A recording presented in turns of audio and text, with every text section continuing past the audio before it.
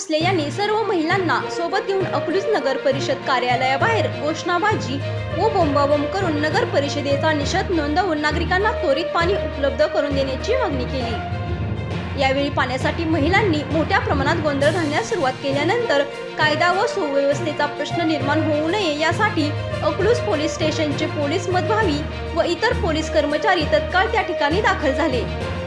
यावेळी मुख्य अधिकारी दयानंद गोरे यांनी पाटबंधारे विभागाकडून येणारे पाणी न आल्यामुळे पाणी टंचाई निर्माण झाली असल्याचे सांगून लवकरच अकलूज माळेवाडी भागातील नागरिकांना नियमित टँकरद्वारे पाणी पुरवठा करून नागरिकांची पाणी टंचाई दूर केली जाईल असे आश्वासन दिल्यानंतर